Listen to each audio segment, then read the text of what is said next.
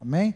Queria chamar o doutor Heber aqui, Heber Campos Júnior, que vai ministrar para nós nessa manhã. Deus abençoe, meu irmão. Vamos orar? Feche seus olhos, vamos falar com Deus. Ó Deus, é um privilégio o Senhor nos ouvir. É por Jesus Cristo que o Senhor nos permite adentrar lugar santíssimo. E nós queremos fazê-lo com temor e tremor. Porque às vezes nós não nos damos conta o tamanho privilégio que é estar diante do Senhor. E diante do Senhor nós somos reputados como nada. Nada, Senhor. Não há homem que seja digno de qualquer coisa diante do Senhor.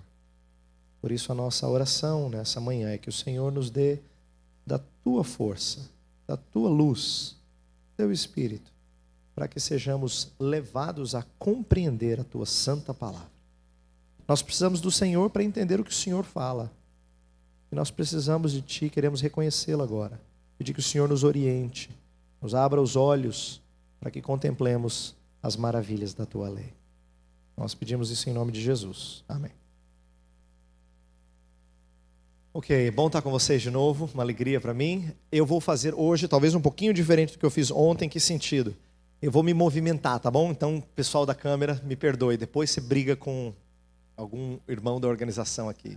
Eu vou andar um pouco mais. Faz de conta que a gente está na sala de aula. Então, depois, no final, se vocês quiserem fazer perguntas, eu vou tentar respondê-las com maior alegria. O tema que eu escolhi falar hoje, ele está relacionado a ligado a uma palestra que eu dei para jovens há um tempo atrás, para o Congresso da Fiel, que falava sobre amar a Deus com todo o teu entendimento.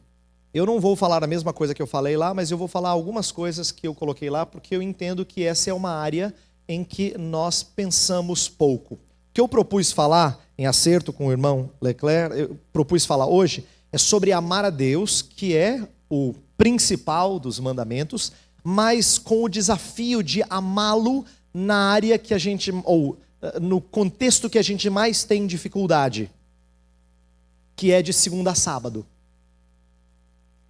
Mas você vai dizer assim, pastor, eu sei o que o senhor está falando. Não sabe não. Você não sabe o que te espera. Sabe por quê? A maioria de nós está acostumado a pensar que amar a Deus de segunda a sábado significa amá-lo através de uma conduta correta. E isso é bom, mas só isso não basta. Tem outras coisas. Então, uma das coisas que eu vou mencionar aqui, mas não é a única coisa que eu vou falar, é que Jesus nos ensina uma coisa extraordinariamente estranha quando ele fala sobre o primeiro grande mandamento. Ele fala, amarás o Senhor teu Deus de todo o teu coração. Isso você entende. E a gente fala assim, estou falando isso de coração, viu? A gente quer dizer sinceridade. Amarás o Senhor teu Deus com toda a tua alma. Você entende isso? Porque amar a Deus com a alma significa assim, lá dentro do eu, né? De tanto que você ama. Sabe quando a gente fala assim que eu amo tanto meu filho, amo tanto, que até dói lá dentro?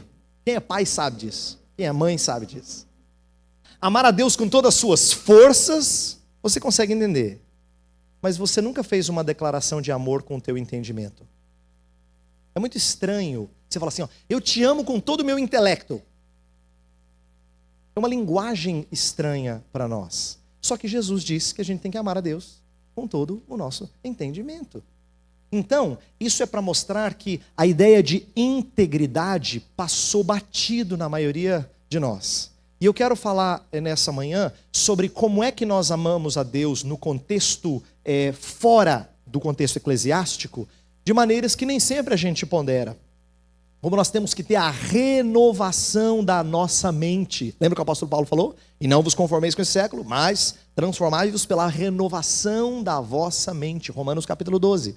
E eu queria falar um pouco sobre isso, sobre como nós temos que tomar cuidado para não termos nossa identidade, nossa maneira de enxergar o mundo e mente moldadas. E eu selecionei a falar sobre esse assunto com o texto de Daniel capítulo 1. Então eu vou pedir para você abrir e eu vou ler a história, tão conhecida história de Daniel 1, mas procurar explicá-la e aplicá-la à nossa situação cotidiana. Então, Daniel capítulo 1. Vou ler todo o capítulo. Diz assim: No ano terceiro do reinado de Joaquim, rei de Judá, veio Nabucodonosor, rei da Babilônia, a Jerusalém e a sitiou. O Senhor lhe entregou nas mãos a Joaquim, rei de Judá, e alguns dos utensílios da casa de Deus. A estes levou-os para a terra de Sinar, para a casa do seu Deus, e os pôs na casa do tesouro do seu Deus. Disse o rei a Aspenaz, chefe dos seus eunucos, que trouxesse alguns dos filhos de Israel, tanto da linhagem real como dos nobres, jovens sem nenhum defeito, de boa aparência, instruídos em toda sabedoria, doutos em ciência, versados no conhecimento, e que fossem competentes para assistirem no palácio do rei, e lhes ensinasse a cultura e a língua dos caldeus. Determinou-lhes o rei a ração diária das finas iguarias da mesa real e do vinho que ele bebia, e que assim fossem mantidos por 3 anos, ao cabo dos quais assistiriam diante do rei. Entre eles se achavam dos filhos de Judá, Daniel, Ananias, Misael e Azarias. O chefe dos eunucos lhe pôs outros nomes, a saber, a Daniel o de Beltesazar, a Ananias o de Sadraque, a Misael o de Mesaque e a Azarias o de Abednego. Resolveu Daniel firmemente não contaminar-se com as finas iguarias do rei, nem com o vinho que ele bebia. Então pediu ao chefe dos eunucos que lhe permitisse não contaminar-se. Ora, Deus concedeu a Daniel misericórdia e compreensão da parte do chefe dos eunucos. Disse o chefe dos eunucos a Daniel: Tenho medo do meu senhor, o rei, que determinou a vossa comida e a vossa bebida. Por que, pois, veria ele o vosso rosto mais abatido do que o dos outros jovens da vossa idade? Assim poríeis em perigo a minha cabeça para com o rei. Então disse Daniel ao cozinheiro-chefe, a quem o chefe dos eunucos havia encarregado de cuidar de Daniel, Ananias, Misael e Azarias: Experimenta, peço-te, os teus servos 10 dias, e que se nos deem legumes a comer e água a beber. Então se veja diante de ti a nossa aparência e a dos jovens que comem das finas iguarias do rei, e segundo vires, age com os teus servos. Ele atendeu e os experimentou 10 dias. No fim dos 10 dias, a sua aparência era melhor. Estavam eles mais robustos do que todos os jovens que comiam das finas iguarias do rei.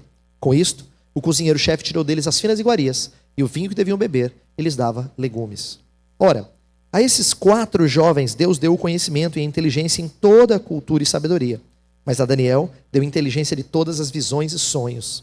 Vencido o tempo determinado pelo rei para que os trouxessem, o chefe dos eunucos os trouxe à presença de Nabucodonosor. Então o rei falou com eles, e entre todos não foram achados outros como Daniel, Ananias, Misael e Azarias. Por isso passaram a assistir diante do rei. Em toda matéria de sabedoria e de inteligência, sobre que o rei lhes fez perguntas, os achou 10 vezes mais doutos do que todos os magos e encantadores que havia em todo o seu reino. Daniel continuou até ao 1º ano do rei Ciro. Vamos pensar então sobre qual é a proposta de amar a Deus no mundo. Lembra? Eu quero focar principalmente sobre focar em momentos e desafios que nós temos quando a gente deixa a reunião na igreja. Porque na igreja nós somos abastecidos, a gente costuma dizer.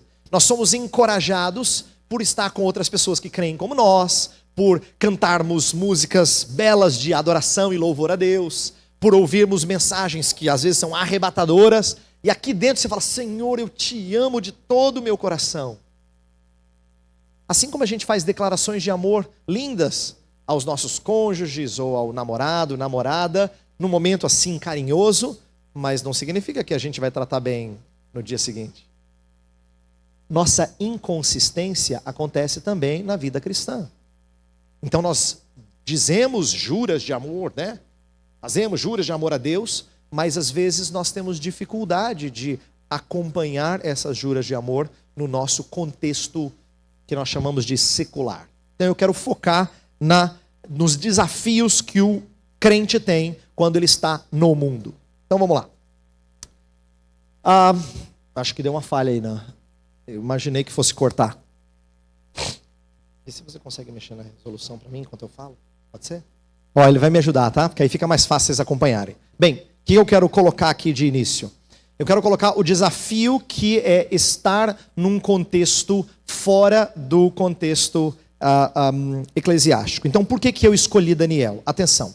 Daniel é o personagem bíblico, não é o único, mas é um dos personagens bíblicos que trabalha num contexto fora da terra de Israel.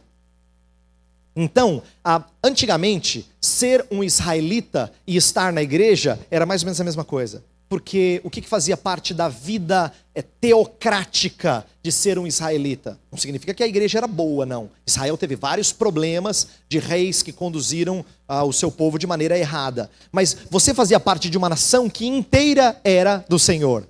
Então você imagina você ir trabalhar, só tinha crente.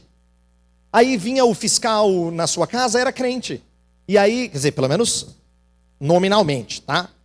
Ele era membro da igreja. Você não sabe se ele é de verdade do Senhor, mas era crente, né? Então, aí você ia brincar no parque, crente. Botava o filho na escola, professor, era crente. Hoje em dia, atenção, tem gente que enxerga isso como algo ideal. Só que normalmente não é factível, porque esse tipo de espiritualidade, ele é típica de gueto. É de quem quer sair e construir a sua própria comunidade. E se contentar na sua própria comunidade só com gente que fala a mesma língua. É mais fácil. Por que você acha que crente gosta de igreja que tem culto todo dia, às 3, às 5, às 7, às 9? É verdade. Eu estou falando de uma realidade típica do evangélico brasileiro. Por que ele gosta disso? Porque na igreja ele fala a língua dele. É o oásis dele. Porque ele tem dificuldade de falar a língua quando ele está fora do contexto dele. Eu ouvi uma vez uma ilustração excelente de uma autora, em que ela disse assim, que a gente age que nem imigrante no mundo. Imigrante é aquele que quando vai para um outro país, ele tem uma linguagem que é do seu país de origem. Imagina que a linguagem do seu país de origem... Não olha lá não, olha aqui para mim, tá? Depois, acertou ou não? Aí, ó, deu certo. Tá bom, obrigado. O imigrante é aquele que vive em 2 mundos ao mesmo tempo. E às vezes crente é imigrante. Eu vou mostrar o porquê que isso é ruim. Eu não sei quantos de vocês têm contato, ou quem já teve família fora do Brasil, ou gente vindo de fora para cá. O que acontece com frequência? Acontece que o imigrante é aquele que vive 2 realidades. Em casa ele fala a língua materna. Lá todo mundo em casa fala. Então assim, eu já morei fora do país, eu sei o que é você estar fora do país. Então lá em casa você quer falar português, aí você come comida brasileira e tal. Quando você sai para fora de casa, aí você tem que falar a língua do país em que você está. Você tem que adotar os costumes, se adaptar na cultura. Por que eu estou usando essa ilustração? Essa é uma ilustração que evidencia como muitas vezes nós nos sentimos. E tem um aspecto ruim de imigrante. Por quê? Porque o imigrante vive 2 vidas desconexas. Ele é fora de casa, ele se adaptou ao contexto em que ele está. Dentro de casa, ele é ele. Mas não tem conexão. Ele não faz lá fora o que ele faz dentro de casa, e ele não faz dentro de casa o que ele faria fora. O problema disso é que nós também criamos na nossa sociedade o mesmo espírito, ou no nosso contexto evangélico, o mesmo espírito de imigrante. O que a gente faz? Dentro da igreja a gente tem até linguagem chamada evangeliquez. Agora, você imagina se chegar pro seu chefe, cético, dizer a paz. Você não cumprimenta ele assim, você sabe que para ele você não faz assim. Eu não estou dizendo que dizer a paz é errado, eu só estou colocando assim, a gente até tem uma linguagem nova quando a gente está entre os irmãos. Que a gente tem uma maneira de falar e uma maneira de nos conduzir. E quando a gente está lá fora, aí a gente fica secular. E tem um problema com isso. Que é como se nós tivéssemos 2 personalidades. É tão esquisito. É por isso que crente, quando ele fica desesperado, que o trabalho dele não está aguentando mais, está um sufoco, ele volta para a igreja. Ai, aqui é minha casa, Senhor. E aqui ele consegue falar a língua que ele gosta. Entendeu? Ele é imigrante. Ele é imigrante. O que eu quero falar nessa manhã a vocês é sobre como, ao mesmo tempo que esse sentimento é natural, ele tem um problema. Porque o imigrante nunca transporta a sua cultura para fora de casa. A gente não pode ser imigrante, a gente tem que ser missionário. O missionário é aquele que traz o que não tem problema da cultura onde ele vai trabalhar para dentro de casa. O missionário que faz um bom trabalho missionário em outra cultura, ele não tem problema de começar a se vestir parecido com o pessoal da região onde ele está trabalhando. E de começar a comer a comida que o pessoal da região onde ele está trabalhando come. Para mostrar que ele é igual. Mas só que ele leva o precioso de dentro de casa para fora de casa. a gente tem dificuldade de fazer isso. Eu queria que a gente pensasse em como fazê-lo, tá? Então Daniel é um bom exemplo, porque ele é um personagem bíblico que passou a maior parte de sua vida fora da teocracia israelita. Mesmo vivendo em um contexto de muita impiedade e incredulidade na Babilônia, Daniel e seus amigos se mostraram íntegros. Lembra quando a gente fala assim, ó, nós estamos no mundo, mas não somos do mundo? A gente ouve umas expressões dessa natureza. Ser do mundo, que é uma linguagem bem evangélica, significa adotar os padrões de fora do contexto cristão. Esses padrões que não são bíblicos. Daniel e os seus amigos vão se mostrar íntegros. E lembra que íntegro vem de inteiro. Significa que eu não dou uma parte para Deus e uma parte para outro. E olha, para você lembrar que isso não é uma coisa tão fácil quanto parece. Senão a gente cumpriria os 2 grandes mandamentos com facilidade. Mas quando Jesus fala assim, amarás o Senhor teu Deus com todo o teu coração, toda a tua alma, todo o teu entendimento, toda a tua força, porque ele está dizendo que é difícil. Normalmente eu amo com parte, mas não com todo. Davi orou assim, Senhor, ensina-me a temer só o teu nome. Davi temia a Deus. O problema é que ele não temia só a Deus.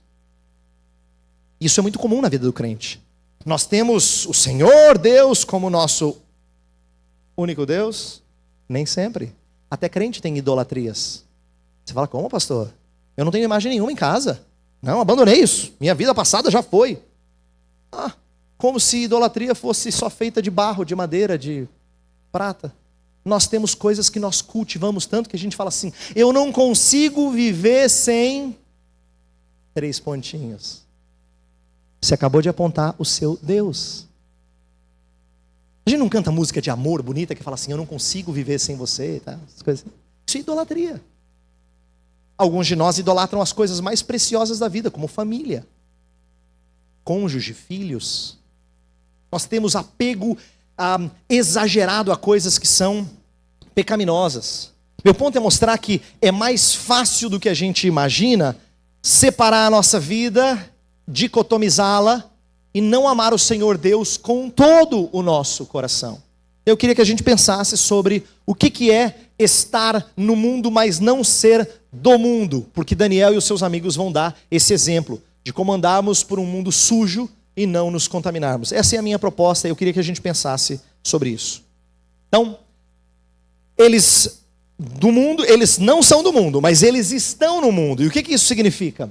A despeito de serem íntegros, Daniel e seus amigos estiveram envolvidos na vida pública enquanto na Babilônia. Isso aqui é uma coisa curiosa. Eu gosto do exemplo de Daniel, da história de Daniel, assim como a de José. Mas de Daniel talvez tenha até mais recursos do que a de José para fazer o tipo de aplicação que eu estou pensando. Que é o seguinte, a história de Daniel inteira que você e eu conhecemos é fora da igreja. Vamos colocar assim? É fora da sua terra. É fora do contexto em que ele podia adorar a Deus livremente. Então ele está no mundo. Mas não é só no mundo de viver num país mau. Ele está envolvido na política. Aí você fala, não, pastor, por favor, não fala bobagem, pastor. Fala bobagem, não. Ele é crente. Daniel é um moço crente. Mas ele está envolvido na vida pública. Ao final do texto que a gente está estudando, ele se torna um assistente do rei, ele e os amigos. Então, a gente vai falar sobre os desafios de você estar muito próximo da vida pública. E não estamos pensando só em política, agora estou pensando em empresa, trabalho, profissão, academia, não importa o quê. Você está envolvido, engajado nessa vida e ainda assim mostrar-se íntegro. Não é fácil. Não é fácil. Mas eles estão engajados. Isto é, sua fé não era válida apenas para questões individuais, mas era demonstrada no exercício de suas funções públicas, enquanto participavam ativamente de atividades, entre aspas, seculares. Meu ponto de colocar os seculares entre aspas é porque a gente aceitou no passado a divisão entre sagrado e secular de uma maneira muito ruim. A gente entende que coisa sagrada é aquilo que pode fazer. E secular a gente faz porque tem que fazer, não tem jeito. Tipo, trabalhar. Mas a Bíblia fala sobre trabalhar e servir o nosso patrão como ao Senhor. É extremamente sagrado trabalhar com esse espírito. Mas só que a gente chama o trabalho de secular. Então assim, sagrado são os cânticos. Coisa boa. Isso é de Deus. O trabalho é um mal necessário. A gente enxerga assim, a gente encara o trabalho como um mal necessário, tem que fazer, ué.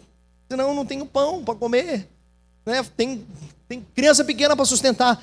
Quando essa é uma divisão muito ruim, uma separação muito ruim, dando a impressão de que o que a gente faz lá fora não agrada a Deus.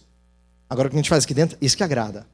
Nós somos parte de uma tradição que entende que há certas coisas que Deus fica mais... Imagina que você tenha 2 filhos, e aí, os seus filhos, eles estão na fase universitária? Que bom. O primeiro filho, o mais velho, ele vai fazer o quê? Ele está estudando para ser engenheiro. Que bom. E o segundo? O segundo quer ser pastor. Que ótimo! O primeiro fica até assim murcho, né? Ele vai ser engenheiro, entendeu? Não vai ser pastor. Porque ser pastor, na nossa cultura, sempre quer dizer, esse sim, esse vai servir a Deus, esse agrada. O engenheiro, coitado, vai fazer prédio. Um mal necessário. Você está entendendo como a gente separou a nossa vida de tal maneira que fazer o que você fez aqui na frente de cantar, isso agrada a Deus, mas fazer o que a gente faz lá fora, parece assim que não agrada a Deus. A gente faz, mas... Quando na verdade toda a nossa vida, se é para amar a Deus com todo o nosso coração, toda a nossa alma, todo o nosso entendimento, toda a nossa força, significa que cada atividade nossa, seja na universidade, no trabalho, em casa, cuidando da nossa família, ela tem que ser feita de maneira sagrada. Uma vez Martinho Lutero foi indagado sobre essas coisas. Tem uma história famosa em que um sapateiro o procura para que ele... porque agora estava se sentindo chamado por Deus e ele queria, assim, que Martinho Lutero desse um direcionamento. Martinho Lutero, agora que eu quero me dedicar ao Senhor, eu queria que você me dissesse assim, o que eu devo fazer para agradar a Deus? Aí ele fala, continue fazendo bons sapatos e venda por um preço bem razoável. Você quer agradar a Deus? Você pode agradar a Deus sendo sapateiro. Ele falava assim que as mulheres, olha só, parece jocoso o que eu vou falar agora, mas não é. Ele fala assim, as mulheres deveriam trocar as fraldas dos seus filhos de maneira tão sagrada quanto o sacerdote faz uma oração. Eu não estou sendo jocoso. Cuidar de filhos tem que ser santo. E precisa ser feito de maneira santa, sagrada. Então, perceba como tem muita coisa que a gente enxerga assim. Parece que no domingo, de manhã à noite, é quando Deus está satisfeito comigo. Segunda, sábado, Deus fala assim, tudo bem, né? Porque a gente faz um monte de coisa que não... Agora, o pastor, não, o presbítero... o presbítero é aquele que está lá, todo dia dedicado ao Senhor. Esse agrada a Deus. Esse deve ter muito ponto com Deus, hein? Porque nós separamos nossa vida entre sagrado e secular. E isso gera problemas, porque a gente acha que honra a Deus só fazendo atividade sagrada.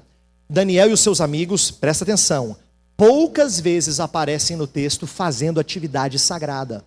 A gente lembra das orações de Daniel lá no capítulo 6, quando ele é lançado na cova dos leões por causa disso. Mas você não vê Daniel e os seus amigos participando da equipe de louvor.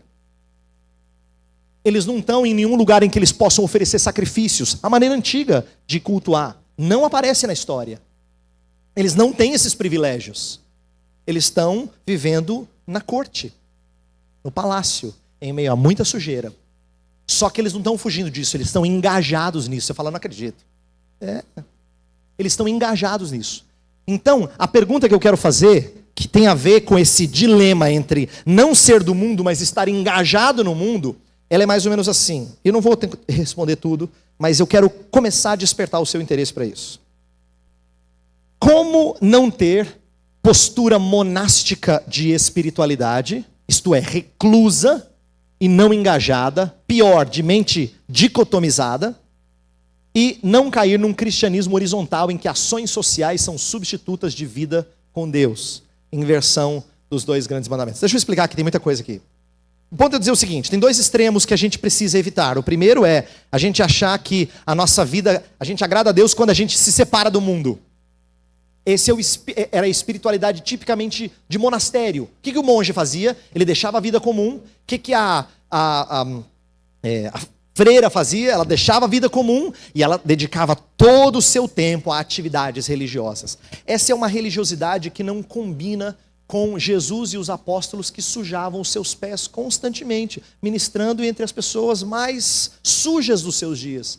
tendo contato com elas e não se isolando delas. Então como é que a gente não cai nesse extremo? E presta atenção, não é simplesmente, o problema não é simplesmente uma vida reclusa e não engajada. Tem uma outra maneira de ter vida monástica que é menos percebida entre nós. É quando a gente dicotomiza. É quando a gente diz assim, lá fora eu faço alguma coisa, mas a minha espiritualidade está totalmente separada. É o imigrante, cuja espiritualidade não é levada para fora de casa. Tá? Então esse é um extremo que a gente tem que evitar. Mas o outro extremo, aí tem gente que fala assim, pastor, que boa a sua palavra. Tinha que falar mesmo, esse povo tem que ouvir essas coisas. Mas aí tem gente que está no outro extremo. E os que gostam dessa palavra que eu estou falando aqui até agora, são aqueles que parece que invertem as coisas, quando eles começam a falar de espiritualidade como sendo relevante, o meu trabalho na sua vida, ação social, cuidar da família. Tudo isso pode ser santo, mas lembra que a ordem dos mandamentos é amar a Deus sobre todas as coisas, primeiro, e amar ao próximo como a si mesmo. Segundo, o segundo está subordinado ao primeiro. Isto é, como é que a gente vive de tal forma que nós não somos espiritualistas naquele sentido de separar do mundo, mas também a gente não se engaja no mundo achando que por fazer alguma obra social linda, nós estamos fazendo o que é necessário para agradar a Deus. São dois extremos muito comuns na igreja evangélica. A gente tem gente dos dois lados. Tem gente aqui dizendo assim, eu não sou como esses evangélicos que fazem coisa do mundo. Eu só canto música de Deus. Eu só ouço rádio de Deus. Né? Ele está dizendo assim, eu estou no meu mundinho. Esse não está no mundo. Ele se gaba de não ser do mundo, mas ele não está no mundo. Aí tem esse aqui. Fala assim, aqueles crentões lá, xiitas, fundamentalistas, pessoal cego, eles não sabem o que é ser relevante na sociedade. Relevante de tal forma que a gente tenha que fazer isso e aquilo outro. E nesse anseio por ser relevante, que é um anseio justo, a gente acaba por traduzir cristianismo em atividades horizontais. E esse é o pessoal politizado, entendeu? Esse é o pessoal politizado. Esse é o pessoal que na década de 60 estava saindo assim com cartazes na rua, levando pedrada, tiro. O pessoal aqui, super engajado. Ser cristão. Atenção, tem algumas coisas desse grupo aqui que tem que ser levadas em conta. E tem algumas coisas desse grupo aqui que tem que ser levadas em conta. Mas normalmente os extremos são muito radicais e pecam por não trazer o devido equilíbrio. Eu quero que a gente pense um pouquinho sobre como é que a gente consegue ficar aqui. Como é que eu consigo estar envolvido no mundo, mas não traduzir cristianismo em atividade meramente social, mas também me isolar da maneira do mundo pensar. Ainda assim, estar envolvido com as atividades. Então eu quero que a gente pense, esse é o meu desafio para o resto da nossa fala aqui. Então vamos lá. Vamos falar sobre o texto de Daniel. O contexto dele é muito inóspito, muito. E nesse sentido a gente tem muito a aprender com a situação de Daniel. O verso 1 e 2 do nosso texto fala que no 3º ano do reinado de Jeoaquim, Nabucodonosor veio a Jerusalém. Ele cercou Jerusalém. O verso 2 fala que o Senhor lhe entregou nas mãos o rei de Judá e ele levou utensílios. No versículo 4 fala que jovens também foram levados. Então veja que Nabucodonosor invadiu, esse é o chamado cativeiro babilônico, um evento marcante na história de Judá, e ele levou consigo duas coisas preciosas, o dinheiro e o futuro. Os jovens promissores. Então imagina que desespero para o judeu, dizendo assim, nós perdemos todo o nosso recurso, principalmente o recurso sagrado, porque foram os utensílios e as coisas do templo. O templo foi estragado, foi tornado impuro, vamos dizer assim, foi dessecrado, foi poluído. E aí eles tomaram essas riquezas e tomaram os jovens promissores, os meninos que tinham passado na Federal de Jerusalém.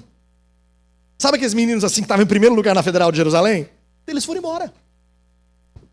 Aqueles jovens que você fala assim, não, esses vão ajudar o nosso país. Todos eles foram. Daniel, Ananias, Misael e Azarias estavam nessa lista. Foram eles.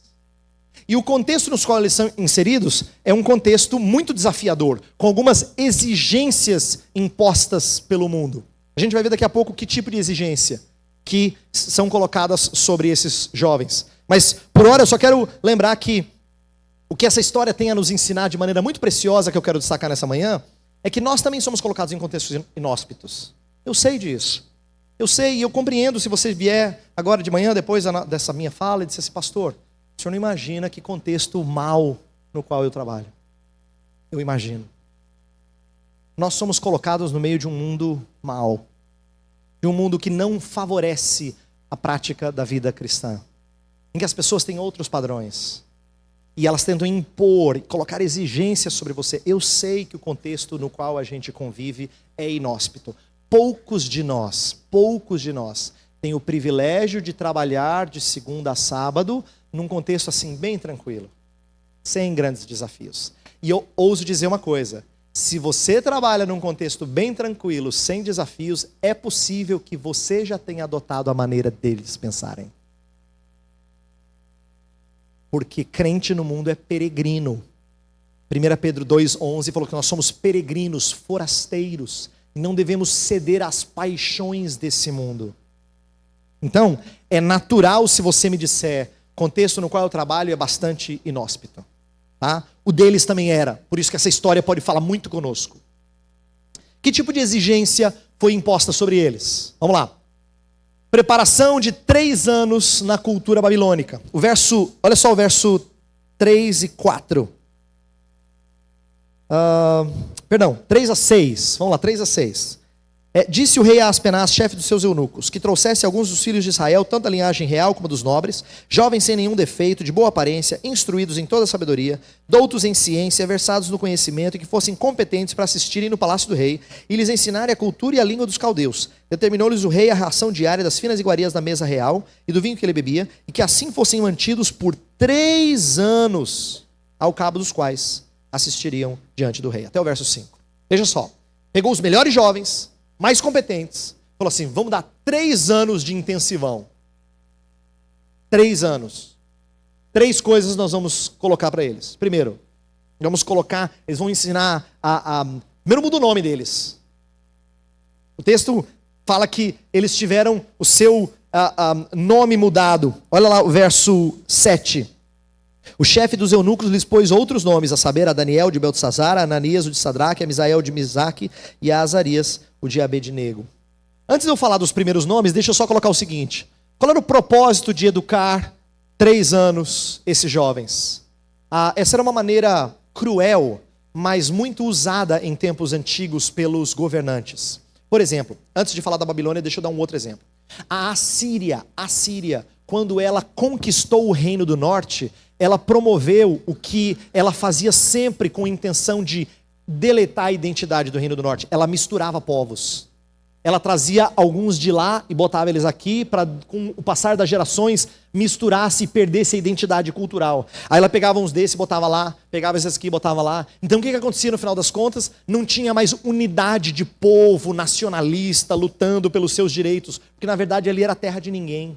Essa era a maneira cruel da Assíria deletar a identidade dos povos. Tanto é que ali surgem os samaritanos. O que são os samaritanos? É a mistura dos que vieram de fora com os judeus que ficaram. Os judeus não, os israelitas que ficaram. Aí surgiram os samaritanos. Mas os babilônicos fizeram de outra maneira aqui. Nabucodonosor queria dar para eles um curso intensivão de lavagem cerebral, por assim dizer, de tentar ensiná-los a pensar de outra forma, a ter a sua mente renovada para a perspectiva babilônica de pensar, tá? É isso que Nabucodonosor está fazendo. E ele, muito esperto, ele não pegou gente velha, ele pegou moleque, porque a gente sabe que moleque ainda está em fase de formação.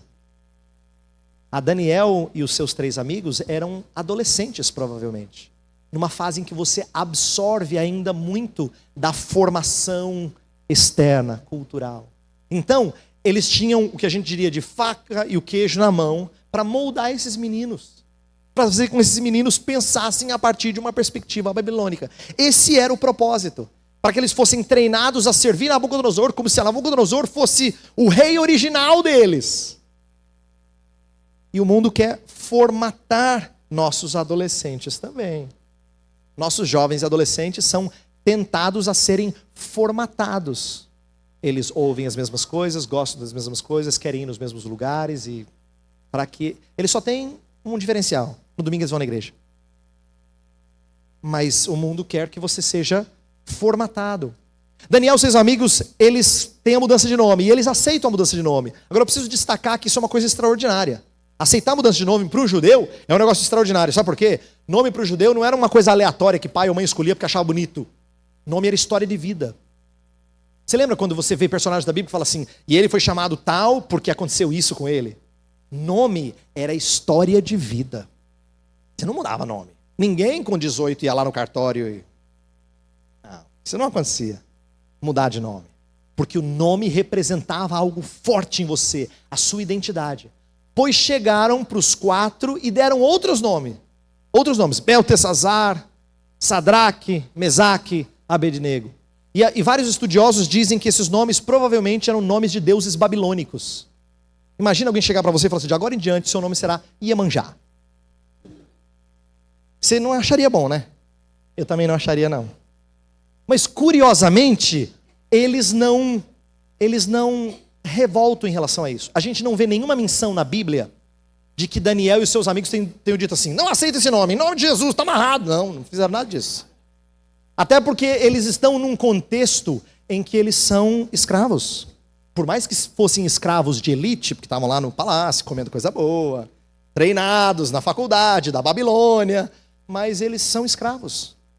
E eles estão debaixo do poder da Babilônia. E por estarem debaixo do poder da Babilônia, eles não têm muita escolha. Então eles aceitam passivamente a mudança de nomes. Olha só, uma coisa forte para o judeu. Eles topam. Segunda coisa, eles são treinados na educação babilônica.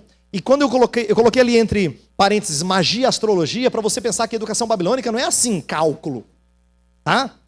Tinha cálculo, tinha astronomia, mas junto com a astronomia tinha astrologia. Por quê? Naquela época não se fazia a divisão pós-iluminista entre ciência e religião. Era tudo misturado. Quando você estudava os astros, o aspecto físico dele, mas você entendia que tinha sentido religioso. Era assim que o babilônico pensava. Então, estudar a cultura babilônica significa passar a aderir a alguns valores. É só depois do iluminismo que nós, modernos, passamos a dividir. Na verdade, é uma divisão muito ruim. É uma divisão ruim por quê? Porque a gente acha que ciência é desprovida de premissas religiosas. Nada disso. Nada disso. Mas a gente foi enganado a pensar, não mete religião na coisa não, faz ciência, tá bom? Quando você escrever a sua dissertação de mestrado, você faz uma coisa científica, não coloca Deus no meio, assim, não bagunça as coisas. Como se científico fosse ateu.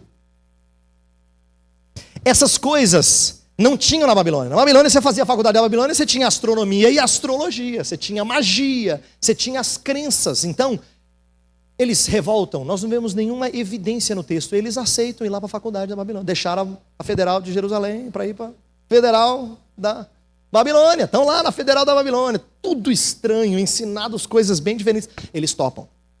Tem uma coisa que eles não topam, uma exigência, mudar nome tudo bem, ir para a Federal tudo bem, mas uma coisa eles não aceitaram, que eram comer as finas iguarias do rei. Você fala assim, puxa, mais simples, comida. Não é? Não parece mais simples? Você topa mudar nome. Você topa ir para a faculdade que vai ensinar tudo diferente, você está acostumado. E você não quer comer o churrasco deles? Qual é o seu problema? Mas a gente precisa entender o porquê que eles não aceitam isso. Eles não aceitam isso porque eles sabiam que comer da comida do rei seria transgredir a lei do Senhor. Pelo menos em 2 sentidos. Porque os babilônicos não obedeciam às regras alimentares dos judeus, de tirar o sangue da carne, por exemplo, e de comer animais que eram limpos e outros não comerem. Essa era uma razão. E a segunda razão é porque os babilônicos faziam de toda a sua refeição um culto aos deuses. E Daniel não queria fazer parte, a oferta de carne, não queria fazer parte dessa oferta de carne a deuses pagãos. Você lembra que Paulo lidou com o problema de carnes sacrificadas a ídolos? Isso era uma coisa comum, ofertas de animais para ídolos. Então é provável que Daniel e os seus amigos tenham rejeitado isso, o de comer das finas iguarias do rei, porque isso implicaria em quebrar as regras alimentares que Deus havia estipulado na lei de Moisés, e porque participariam de idolatria de alguma maneira.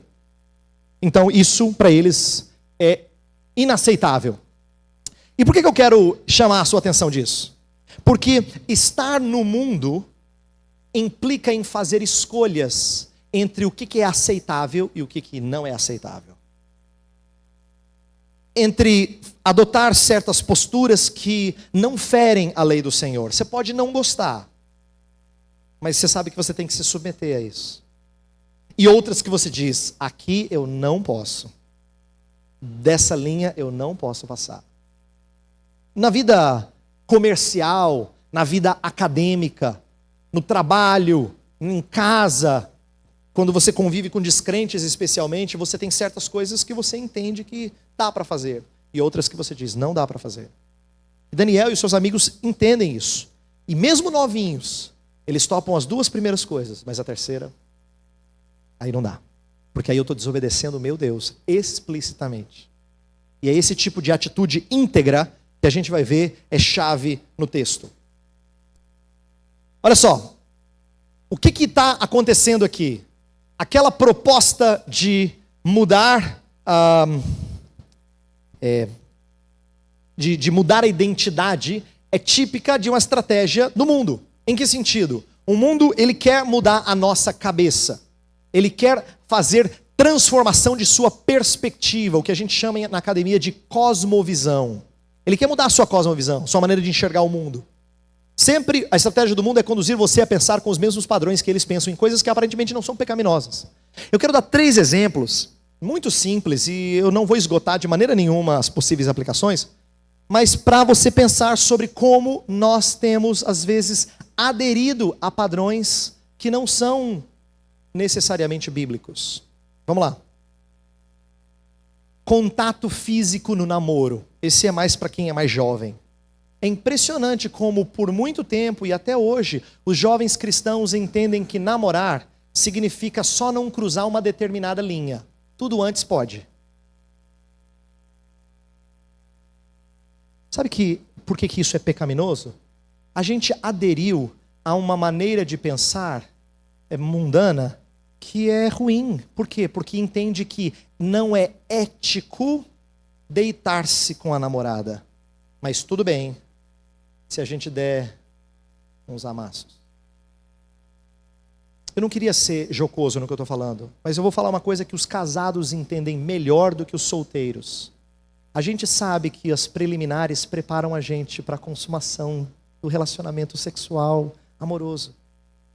Não é natural para um jovem beijar e abraçar e ter que parar. Não é natural. Mas a gente aderiu a um contexto mundano que tudo bem se no namoro ele beija e abraça, contanto que você pare aí, tá? Por que eu estou dizendo isso? Eu queria que você pensasse, e eu não estou falando isso porque eu fui certinho. Eu precisei acordar para essas coisas. E eu quero que você entenda também que às vezes a gente adere a certos padrões sem pensar nas implicações dele. Beijar e abraçar é uma coisa gostosa que Deus deu a casais.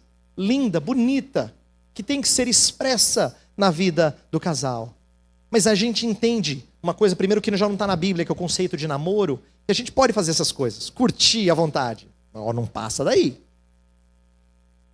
Essa é uma maneira de pensar mundana. E a maioria de nós nunca parou para pensar nisso. Porque a gente acha que mundana é levar a menina para o motel. Se não chegou nisso, tá limpo. Ah, não. Porque a questão é o seguinte: por que jovens... Eu vou falar de um negócio que eu sei que é sério, mas eu já falei isso para jovens e adolescentes. Por que eles gostam de tirar casquinha? Você vê jovem e adolescente que está com dificuldade de se segurar, ele gosta de passar a mão no cabelo da menina. Ele gosta de abraçar. A gente é amigo, pastor. Ele vai lá dar um abraço. Porque o hormônio está fervilhando lá dentro. Mas ele deu um jeito de se segurar e ele acha que ele é puro se ele não cruzou a linha. O que eu quero que você entenda é que a gente aceitou padrões que não são necessariamente bíblicos. A gente tem um conceito de conhecer a pessoa ideal, entendendo que a gente tem que namorar X tempo para a gente saber se é a pessoa certa. Coitado de Isaac quando conheceu Rebeca, então. Porque ele já conheceu e casou, né? Em tempos antigos não tinha essa, vamos namorar 4 anos para a gente se conhecer, ver se dá certo e tal. Mas, entenda bem, eu quero que você aqui não fique com raiva de mim, de coisas que não valem a pena. Eu não estou dizendo que namorar é pecado. Eu só estou dizendo que a gente adere a certos padrões que em si mesmos não são pecaminosos, mas que mostram que a gente pensa parecido com o mundo. A gente só faz algumas linhas divisórias. Vou dar um outro exemplo. Trabalhar duramente para dar o melhor à minha família. Agora o pai de família aqui, ele vai falar. Ô pastor, eu tenho sido uma pessoa muito... Eu sou família, viu? Sou muito família. Ele fala isso com orgulho, boca cheia. Né? Sou muito família. Porque eu tenho trabalhado bastante, mas eu gosto de dedicar tempo à minha família. Mas tenho trabalhado 2 empregos, 3 empregos, porque eu quero dar o melhor para os meus filhos. O que ele tem em mente? Ele quer poder viajar com os filhos. Ele quer poder dar a melhor faculdade. Ele quer poder botar o menino no judô, na natação, no inglês. Nenhum pai fala assim, eu gostaria de dar para o meu filho o que eu tenho de mais precioso. Que é a minha fé no Senhor Jesus Cristo. Estava conversando com o Guilherme ontem sobre como às vezes a gente tem esse padrão de achar que dar o melhor para os meus filhos significa as coisas que o dinheiro compra. Coitado do pai que é pobre. Ele não pode dar o melhor para os filhos. Claro que pode, biblicamente ele pode. O que tem de melhor não custa nada, é de graça. Só que a gente esqueceu disso. E por que você está ralando lá de segunda a sexta? E pegando turno a mais? Porque você quer dar o melhor para os seus filhos. E o melhor para os seus filhos significa aquela faculdade, aquela experiência no exterior, ou isso ou aquilo. E a gente aceitou isso como normal. De novo, presta atenção, eu não estou chamando a sua atenção para coisas que são pecaminosas em si mesmas. Essas são fáceis de identificar. Aquilo que é pecado abertamente, todo mundo sabe que é ruim. Ruim é quando a gente começa a pensar com os padrões do mundo e não percebe que a gente está fazendo isso. A gente está se esforçando para dar para eles o melhor, quando na verdade a gente está invertendo os valores.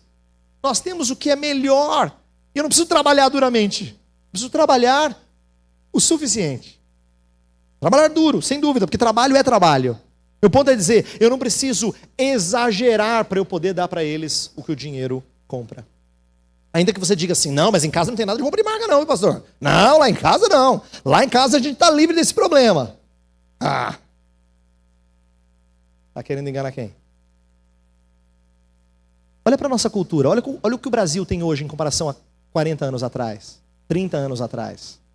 Antes de ter a abertura para tanta coisa boa. Olha os carros que nós temos. Olha as casas que nós temos. Vou falar outra coisa que eu falo para jovem frequentemente.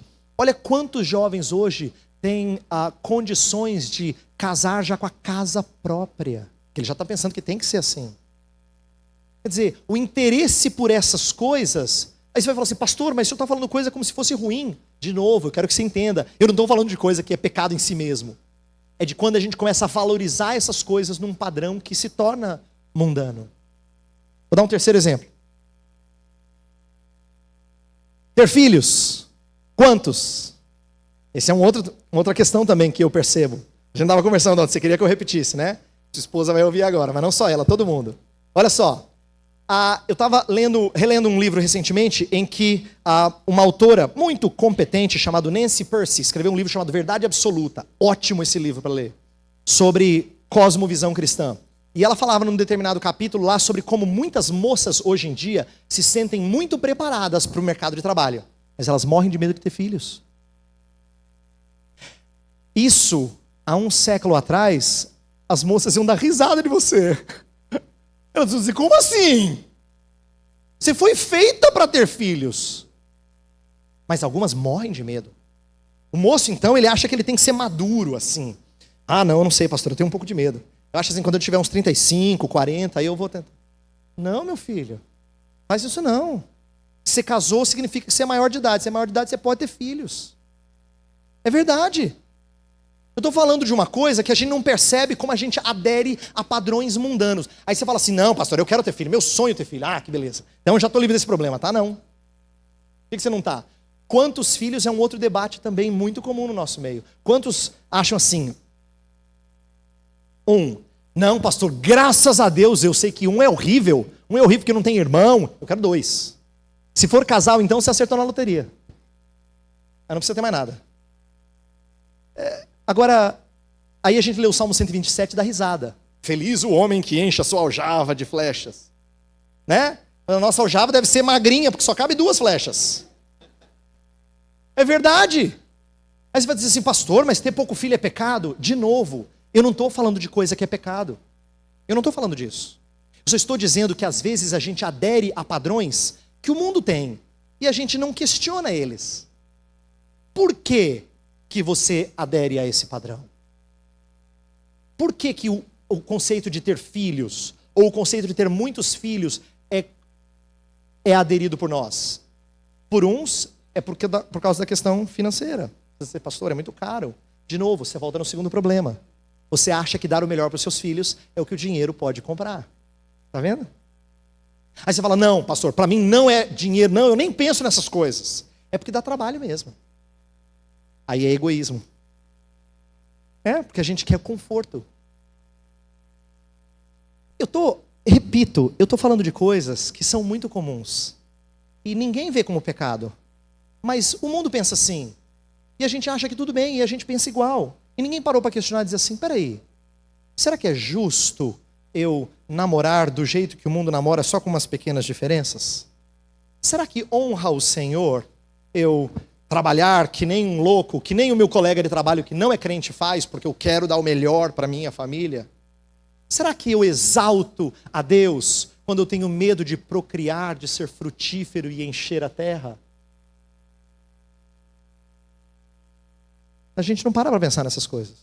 Então, por que eu estou dizendo isso?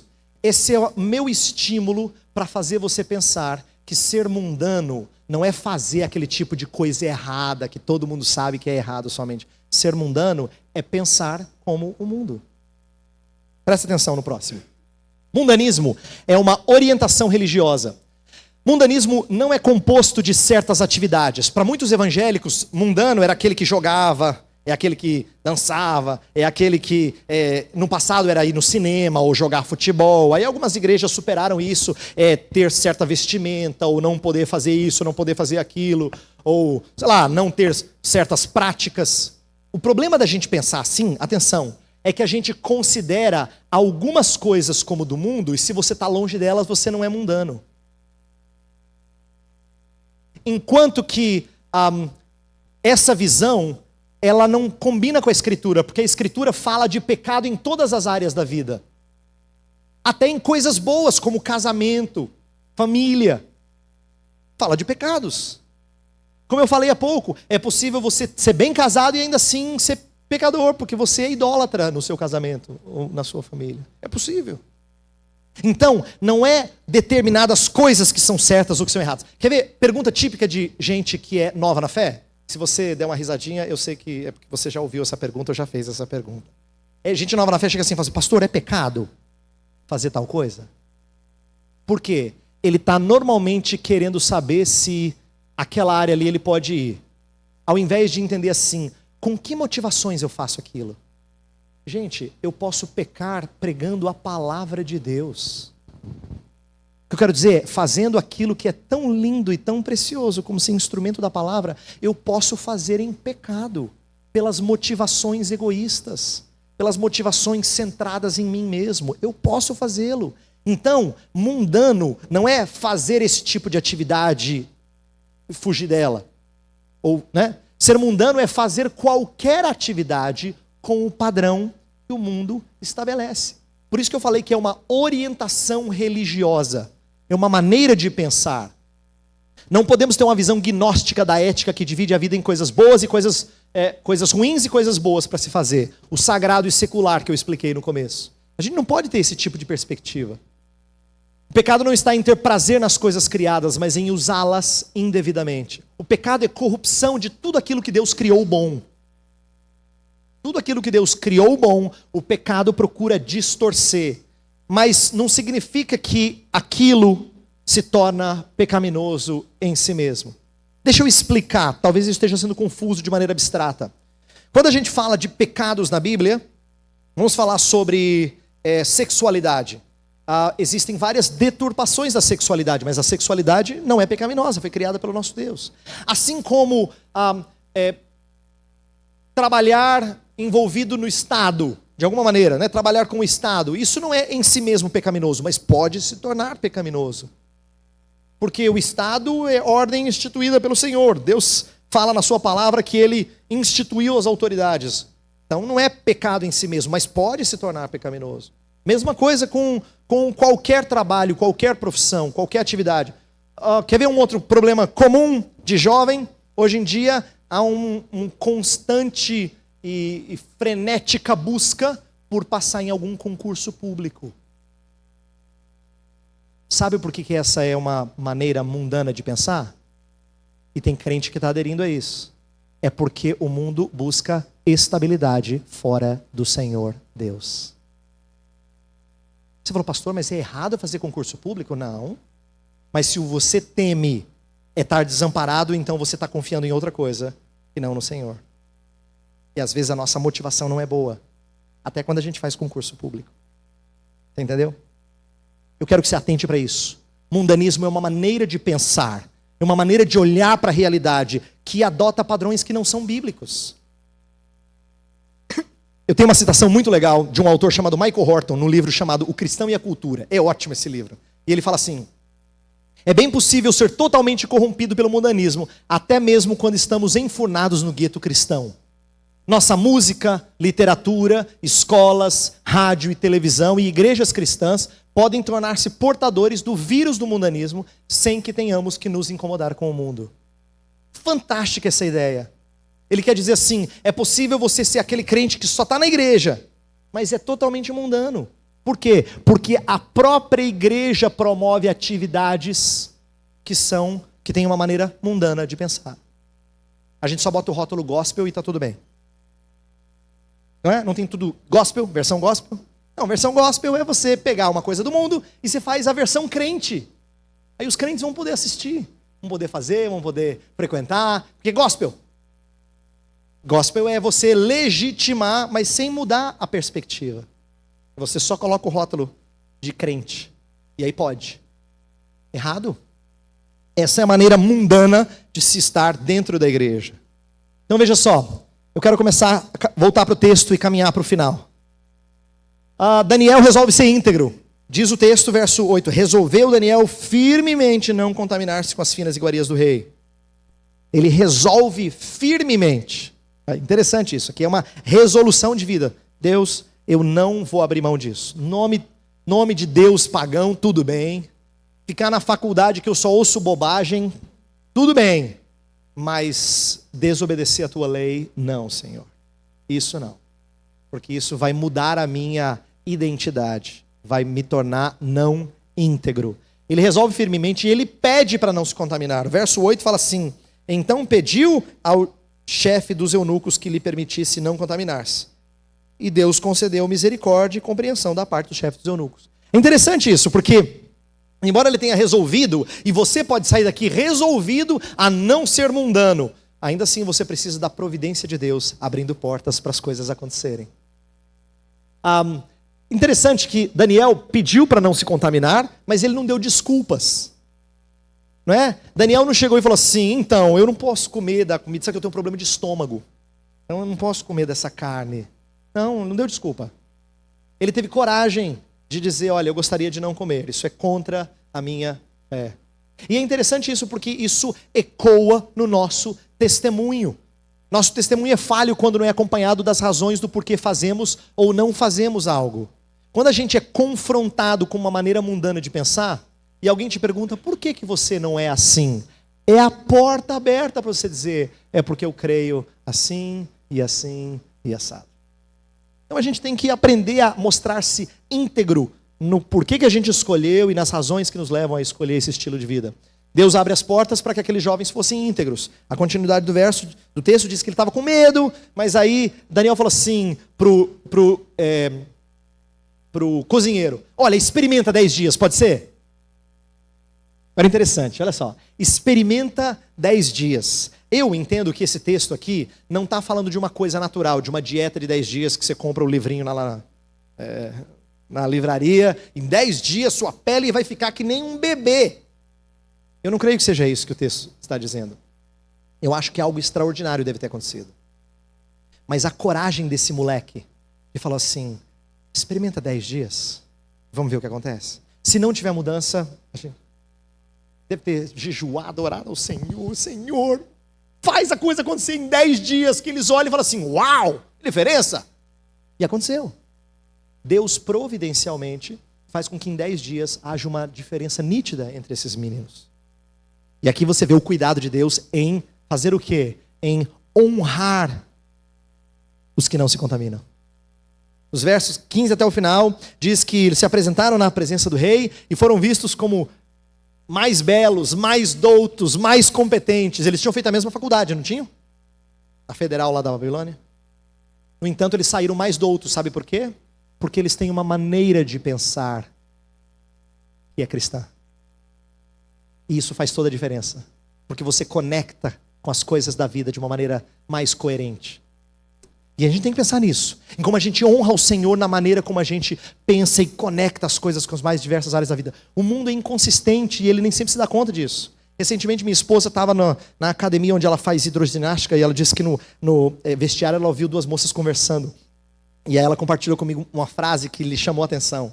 Uma moça estava dizendo para a outra assim, eu sou feminista e ainda assim não consigo fugir do padrão da sociedade de buscar um corpo ideal. Ela estava dizendo que ela era feminista, que ela queria libertar-se das amarras da sociedade moderna. Mas ela mesma era louca por ter um corpo ideal. O mundo não é coerente. Eles não têm uma cosmovisão consistente. Você pode ter. Se você e eu estivermos na faculdade da Babilônia, com a cosmovisão certa, a gente tem condição de ser muito mais douto do que os outros. É isso que eu quero que você entenda, tá? Vamos terminar? Eu queria fazer algumas aplicações e eu fecho. Sobre fé e trabalho. Isso aqui é estranho pra gente. Eu falei disso no começo, quero voltar e fechar com isso. Somos profissionais que são cristãos, fé anexada à vocação, ou cristãos em nossa profissão, fé transformando a vocação? Por que eu estou fazendo essa pergunta? Presta atenção. Eu já usei essa ilustração algumas vezes quando eu ensino aos jovens. Eu falo assim que, às vezes, a gente entende que fé e trabalho são como 2 peças de Lego.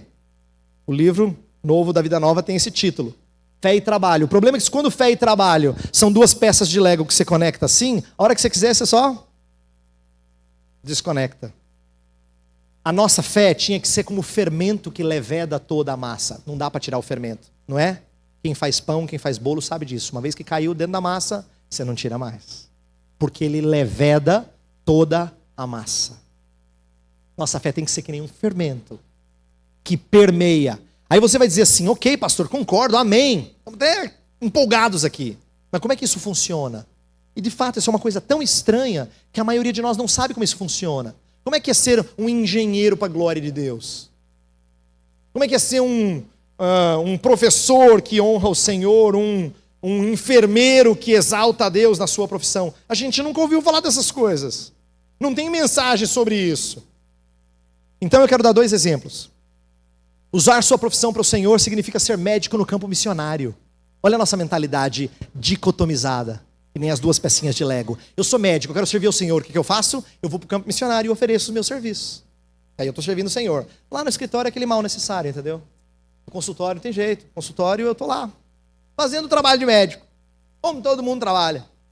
Quer dizer, a vocação dele, a sua profissão, ela está desconectada do que ele crê. Antes do que desenvolver uma alternativa cristã de medicina. O médico que quer ser cristão em sua profissão, ele tinha que pensar assim, qual é a maneira que os médicos de hoje trabalham, que é extremamente mundana? E como é que eu posso mudar isso? Como é que eu posso fazer um contraponto? Para muitos médicos isso é grego. Ele não sabe que ele vai na faculdade para ser treinado a cuidar dos corpos humanos, mas aí ele vem para a igreja e ele louva a Deus. Mas ele não sabe conectar essas coisas. Ele foi treinado profissionalmente, na faculdade de medicina. Como assim, pastor? Começa a pensar sobre padrões que o mundo adota na medicina. Padrões que muitas vezes seguem os padrões do mundo. seguem orientações do mundo. Eu tenho o privilégio de ter vários médicos na igreja onde eu estou pastoreando hoje. E eles falam frequentemente, eles compartilham, eles têm uma cosmovisão muito boa, eles compartilham da corrupção do sistema, do que é ser médico. Tem várias coisas, vou dar alguns exemplos. É obstetra que não quer fazer parto normal porque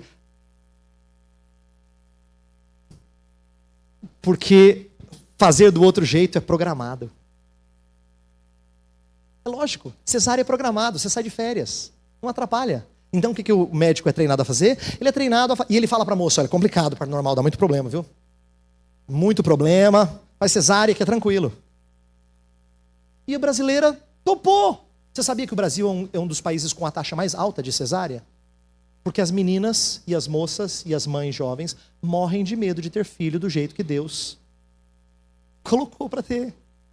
Morrem de medo. Agora você vai me dizer assim, pastor, é errado ter cesárea? Não, de novo, por favor. Eu não estou falando que é pecado. Eu estou dizendo que há uma maneira mundana de pensar em que você promove aquilo que não é necessariamente o mais saudável. Mas médico entendeu que isso é normal. Tem obstetra aqui, tem hospital que nem tem sala preparatória para parto normal. E já estão tão acostumados. Pensa em cirurgia bariátrica.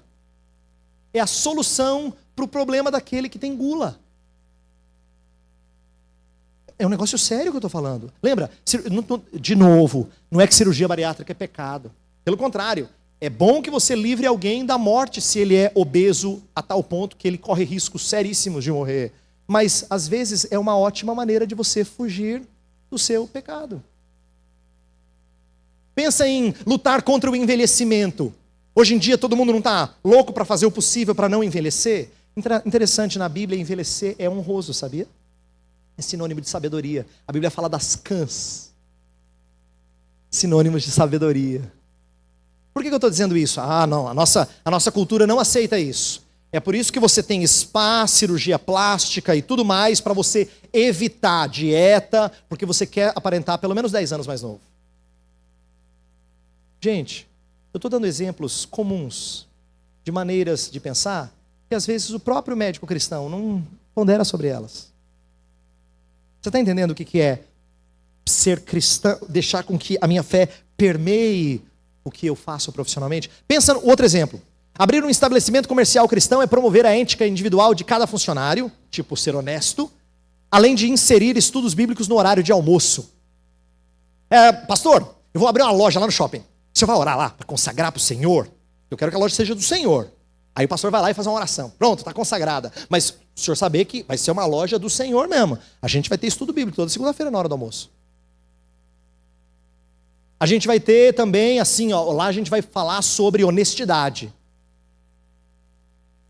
Graças a Deus se tem honestidade. Graças a Deus que tem estudo bíblico. Mas isso não significa que a sua loja vai pelos princípios bíblicos. Seria muito mais bíblico se você dissesse assim, Senhor, como é que eu faço comércio e penso em lucro de maneira que não fere os princípios da tua palavra? Como é que eu penso em lucro, Senhor, de uma maneira que honra a tua palavra? É isso que eu estou querendo que você entenda. Fé permeando a nossa profissão. Eu queria terminar só deixando bem claro que tudo que eu falei aqui é pouco. É pouco, tem muito mais para pensar. Eu só queria estimular você a pensar. Senhor, como é que às vezes eu me deixo levar por maneiras mundanas de pensar?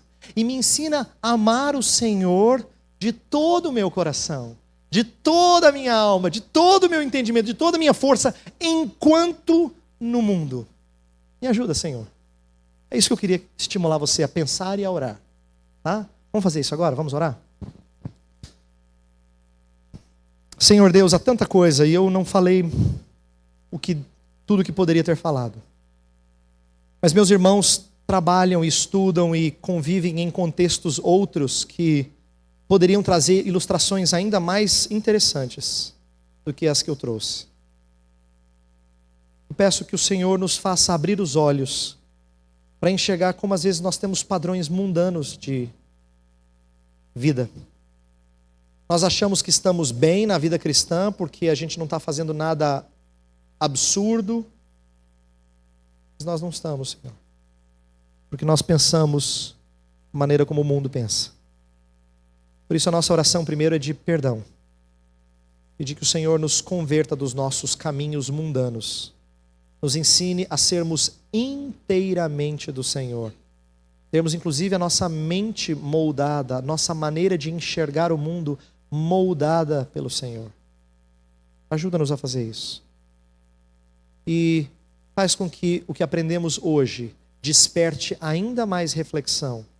Que a gente não fique só com o que foi exposto aqui, mas que cada um pense ainda mais sobre essas coisas e passe adiante o que for saudável, o que for condizente com a tua palavra. Essa é a nossa oração em nome de Jesus. Amém.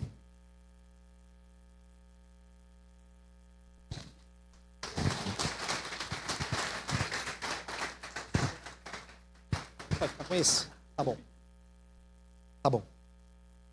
Assim. Nós vamos dedicar um tempo às perguntas, queridos, para tentar esclarecer algumas dúvidas do nosso coração. E eu queria fazer uma pergunta, e depois...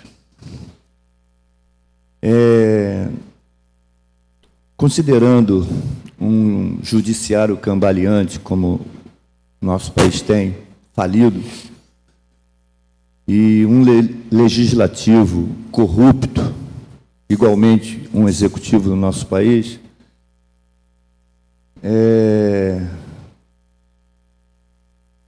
nós estamos vivendo agora, em função do acúmulo de tudo isso ao longo dos anos, e principalmente da impunidade, um movimento dos protestos que começou em junho do ano passado. Dentro de tudo isso que você nos falou, há espaço para nós participarmos desse protesto com uma cosmovisão cristã, ansiando por um Brasil melhor? Ok, então eu não tenho condições de responder tudo sobre isso, mas eu vou tentar dar algumas diretrizes. Primeiro, o que é uma cosmovisão cristã? Em primeiro lugar, é entender que Deus criou as coisas boas e tudo aquilo que é criado por Deus precisa ser aproveitado da maneira como pode ser aproveitado. É possível ser engajado na vida pública brasileira? É. E a gente não foi feito necessariamente para ser passivo. Mas aí tem um segundo ponto que a gente não considerou, que eu preciso levantar aqui. O que é ter uma cosmovisão cristã na hora que a gente protesta? É não pensar como um mundo que tem uma perspectiva utópica de mudança social. O mundo, ele imagina, principalmente os moços, moças e alguns mais velhos treinados num contexto marxista de visão social, eles entendem que se houver um esforço dialético, a coisa vai caminhar rumo ao ideal. Quem é da área de humanas sabe disso, porque chove de perspectiva assim em cursos de humanas nas faculdades. Tá? Você tem aquela perspectiva utópica de que você caminha para o bem, o Brasil vai ser melhor. E essa é uma perspectiva de quem não leva em consideração um ponto fundamental da Escritura: a queda. O sistema não é bom, não é porque o sistema não é bom, é porque o homem não é bom. Então, quando você promove qualquer mudança e tenta promover qualquer mudança no nosso país, você tem que levar em consideração que o ser humano é mau. O problema não é o sistema. Você já ouviu essa frase em filme recente? Não é o sistema, é o ser humano. O ser humano é que compõe o sistema. A Bíblia fala do pecado do homem, e o pecado do homem está presente em todo lugar. E não pense que político é uma categoria especial de pecador. Político é o mesmo pecador que você e eu, só que ele tem mais poder na mão. É só isso. Ele só tem mais poder na mão. Só revela a sua potencialidade para o mal de uma maneira mais absurda. Mas o brasileiro foi... Olha de novo como a cosmovisão do brasileiro de fato não é cristã. Ele normalmente entende que político é uma categoria especial de maldade. Ele fala assim, é uma pena que o Brasil tem esses políticos. Senão o Brasil ia para frente, cara. Porque o Brasil tem muita gente boa, muita gente do bem. Queria você assim, ó, gente de família, gente do bem. Ah, mas aquele pessoal que está lá no governo federal, brincadeira. Essa é uma dicotomia de quem não percebe que todos pecaram e carecem da glória de Deus. Todos. E é por isso que tem crente entrando no governo e fazendo bobagem igual, porque é pecador também. E não tem uma cosmovisão bíblica. Então, acaba se sujeitando aos mesmos padrões.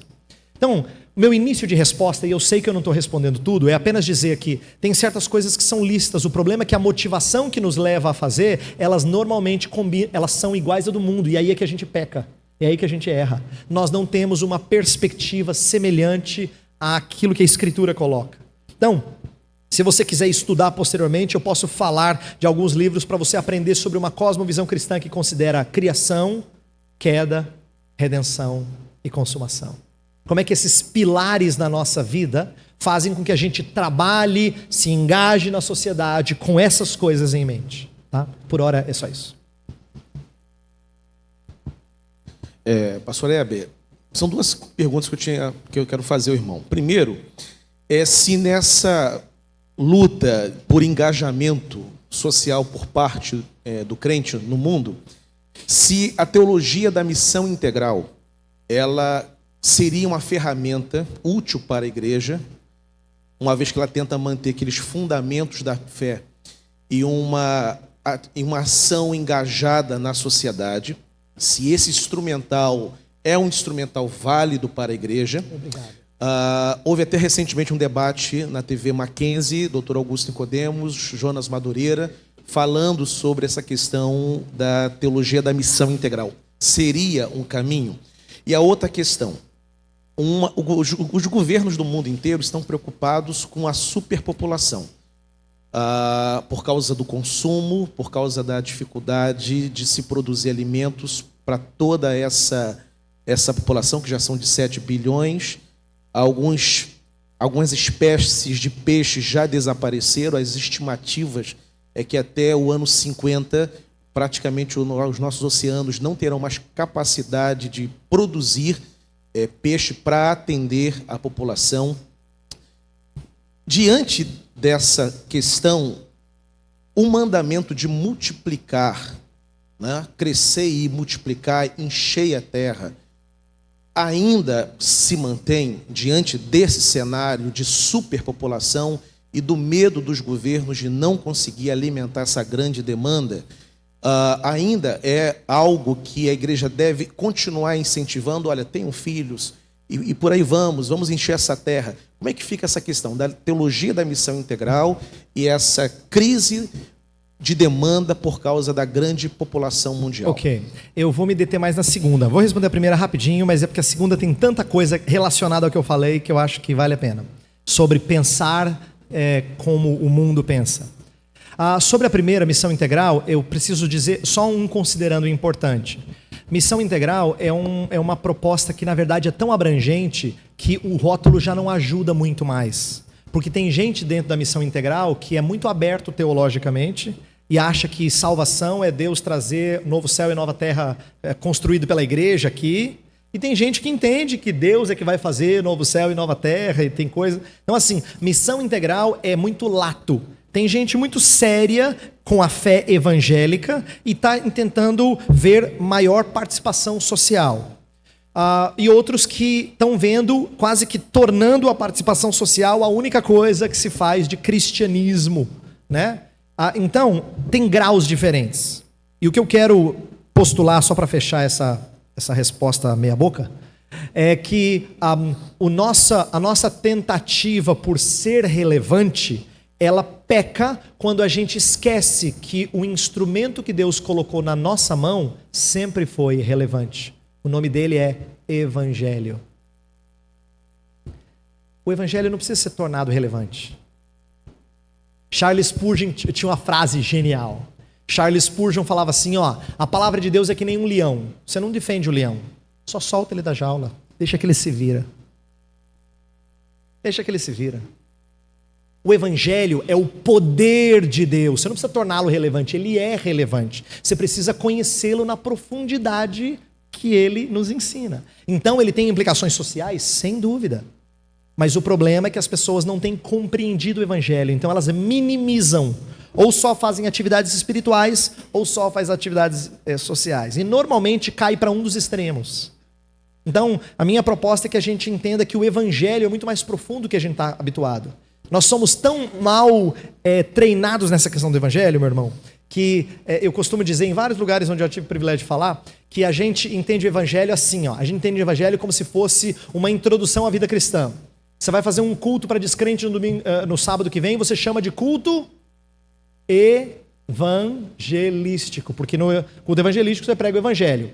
E no domingo o irmão está pregando o quê? Você está entendendo o que eu quero dizer? Se no sábado você pregou o evangelho para o descrente, então no domingo você pega o quê para o crente? Parece que evangelho é uma coisa que só o descrente precisa ouvir para crer em Jesus se converter, entendeu? Não. O evangelho é a coisa mais rica que a palavra de Deus nos traz. Ele é para nós o tempo todo.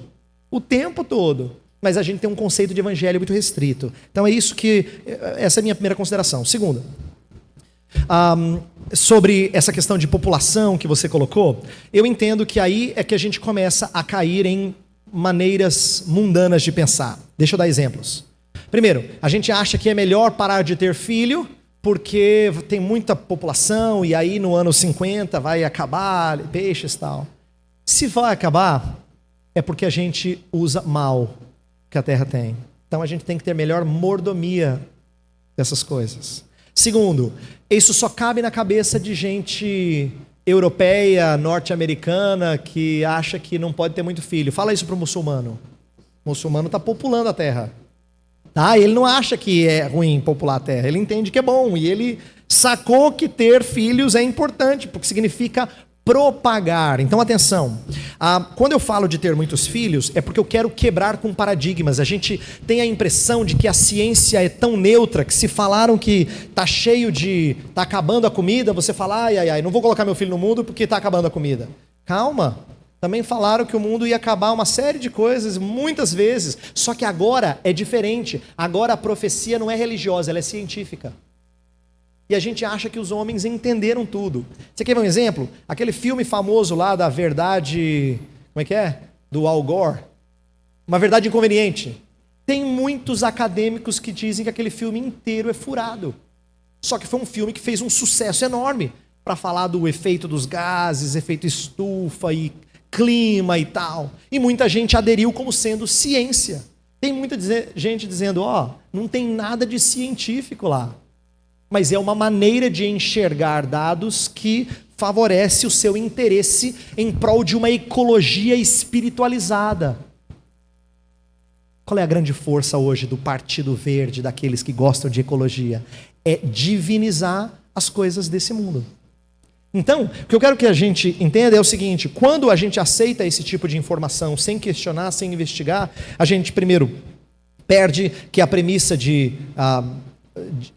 mordomia tem que ser praticada. Então temos que ter mordomia, temos que cuidar do nosso planeta, sem dúvida. Isso faz parte de quem cumpre o papel de ser colocado no jardim para cultivar e guardá-lo. Então, se Adão foi colocado no jardim para cultivar e guardá-lo, a ideia de procriar não é só ter 10 filhos, significa passar a nossa fé adiante. E existem duas maneiras de nós passarmos nossa fé adiante.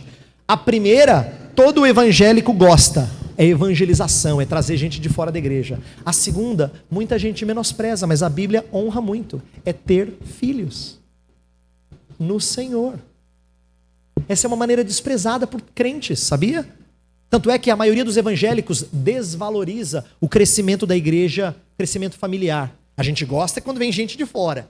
Gente de fora é uma benção. Aí assim, a igreja está crescendo, porque a gente está evangelizando. Mas se nasceu criança na igreja, é crescimento natural. Quem disse? Quem disse que não pode ser honroso, valoroso? Então, eu estou tentando chamar a atenção para uma série de premissas que eu acho que são ruins. A gente ainda tem uma maneira mundana de pensar sobre mordomia, sobre dados científicos, sobre o que significa multiplicar e propagar a nossa fé. Tá? Acho que isso aqui está funcionando. Tem mais alguma pergunta? Pastor, essa palestra que o senhor deu tem a ver com a questão do relacionamento Cristo e cultura. Isso, né? Tem. E tem um autor, não sei se eu vou expressar o nome dele direito, Richard Niebuhr.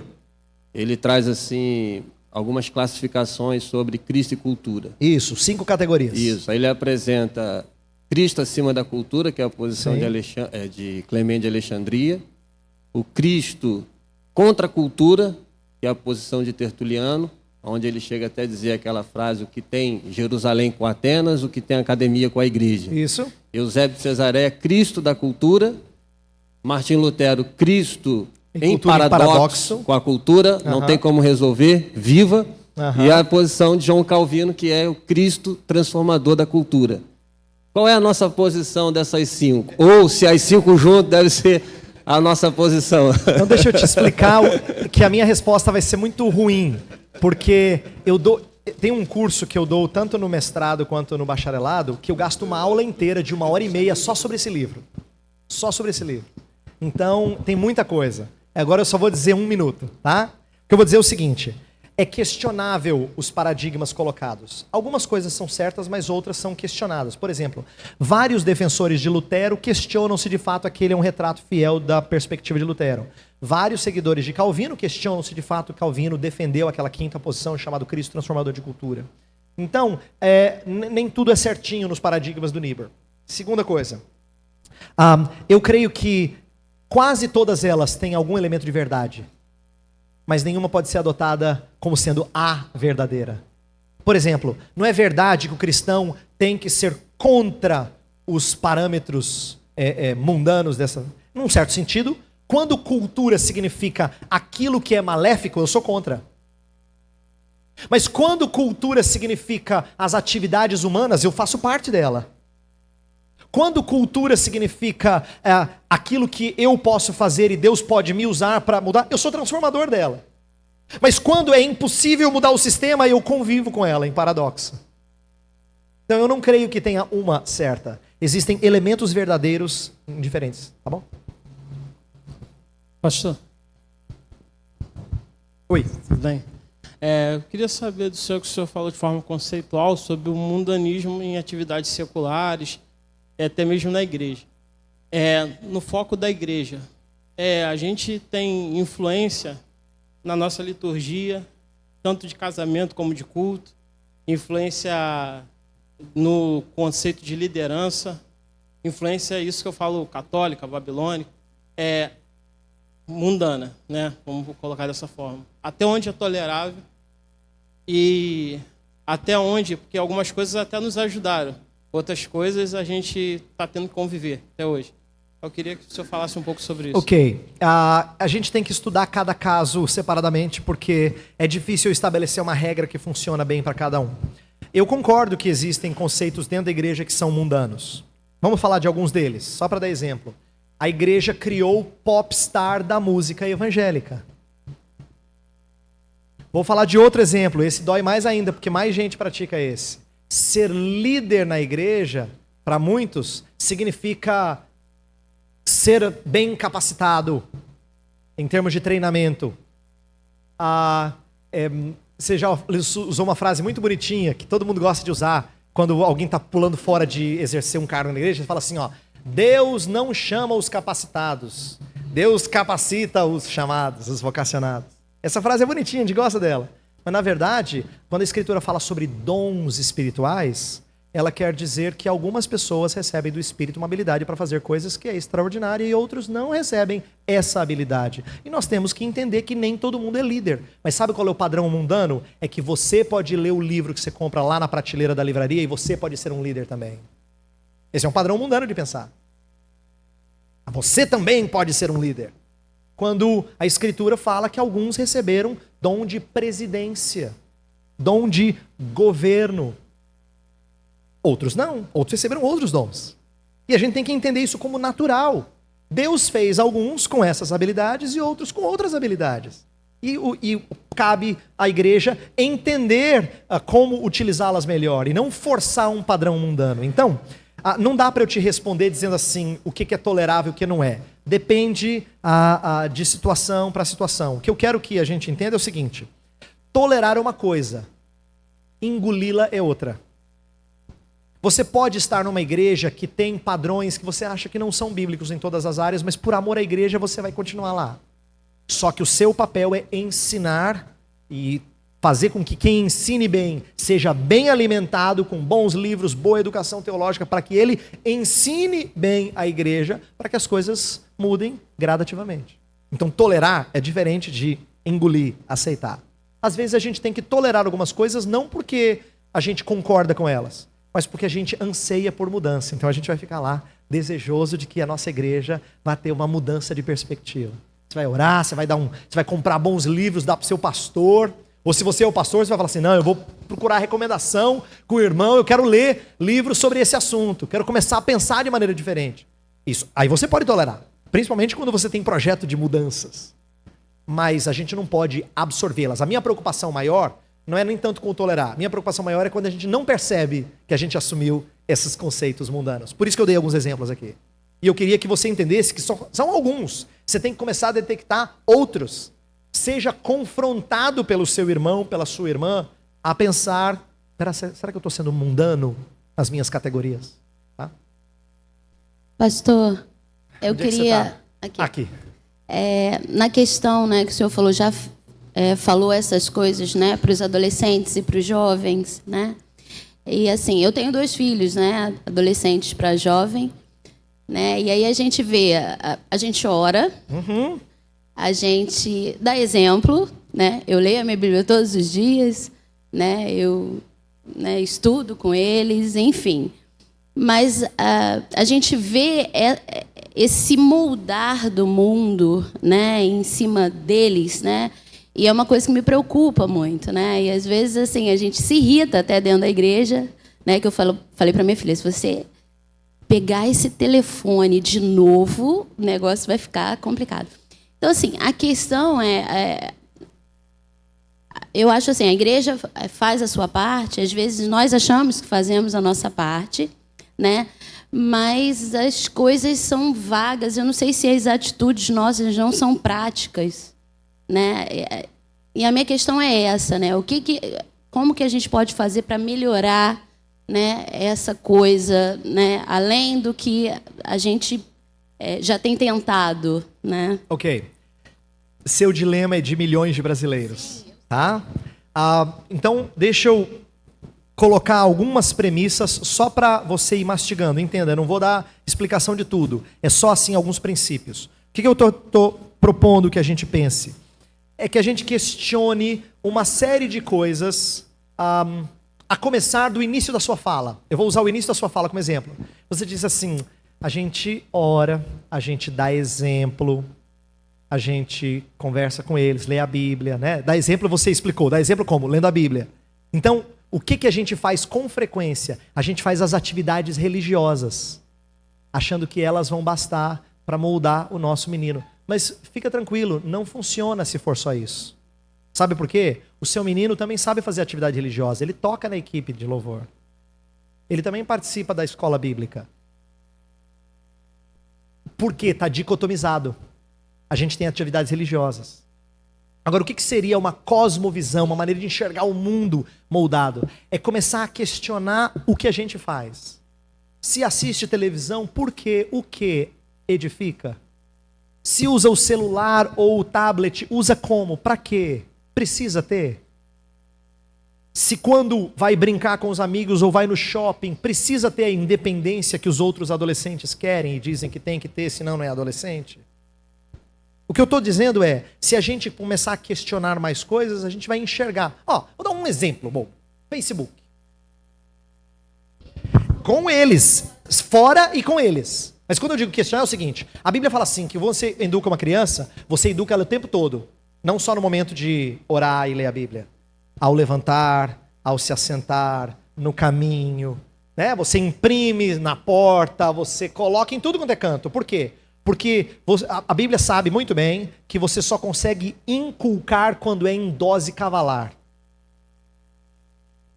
Você consegue só inculcar quando a coisa é despejada de monte.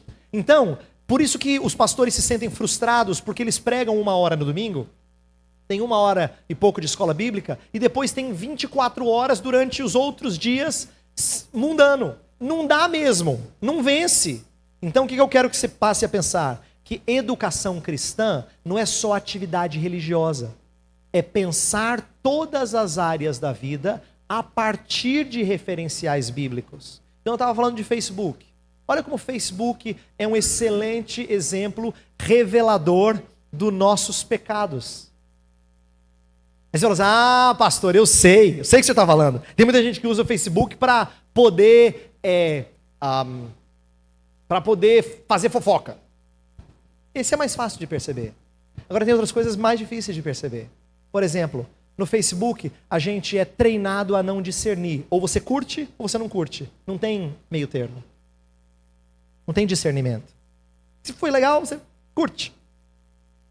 Ou, no Facebook, você às vezes revela os seus interesses a partir da sua ótica. Por exemplo, eu estava ouvindo um pregador dizendo assim, que a gente quer tirar foto com gente famosa. Por que a gente quer tirar foto com gente famosa? Não é por causa da pessoa famosa. Você quer estar na foto, para dizer, ó. Fala assim, tirei com o jogador de futebol, tá com o Neymar. Tirei foto com o fulano de tal, famoso. Por que eu estou dizendo isso?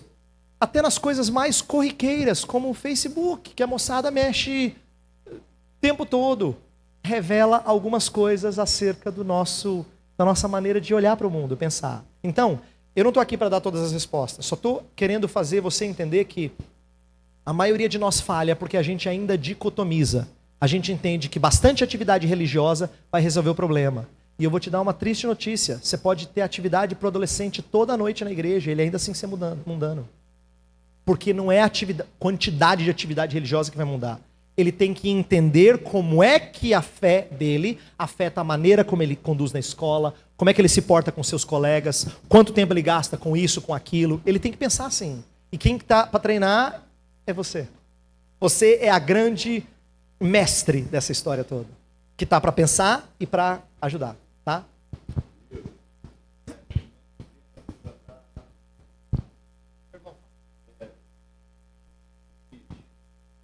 Queria saber quantos irmãos mais têm perguntas aí. Só para a gente agora afunilar. Quantos?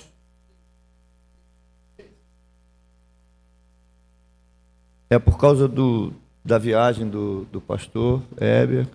Nós precisamos almoçar ainda com ele. Hã?